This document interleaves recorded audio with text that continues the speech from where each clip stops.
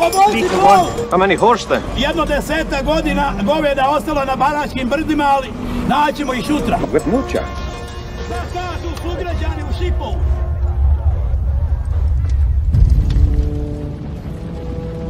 Idemo sada pod moju komandu, a ja sam vođa. Ja sam glavni. Mariću, pričam ja.